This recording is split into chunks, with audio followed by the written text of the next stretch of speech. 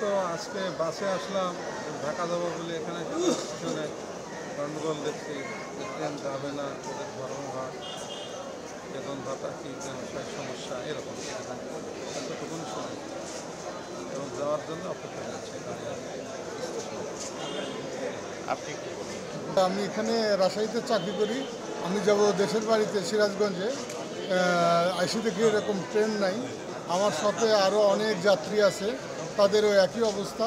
তারাও আগে থেকে জানতেন না গাড়ি চলবে না, এই জন্য টিকিট কেটে অনেক যাত্রী এরকম বসে আছে, কে দাঁড়ায় আছে। তো অনেক ভোগান্তি। এই কষ্টের কত যে কষ্ট এটা বলে শেষ করা যাবে না।